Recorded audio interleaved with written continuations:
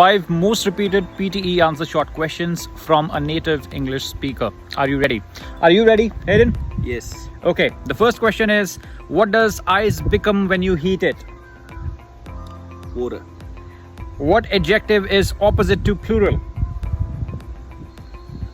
Not Dang. sure. What is the antonym of predecessor?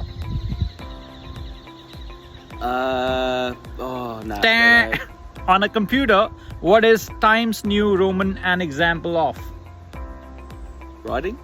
Font. Font is the right answer. Font, yeah. What is 3/4 expressed as a percentage?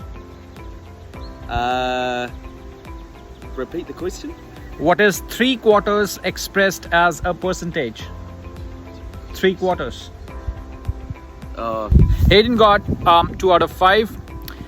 Do you know the answers of these questions? Comment your answers below.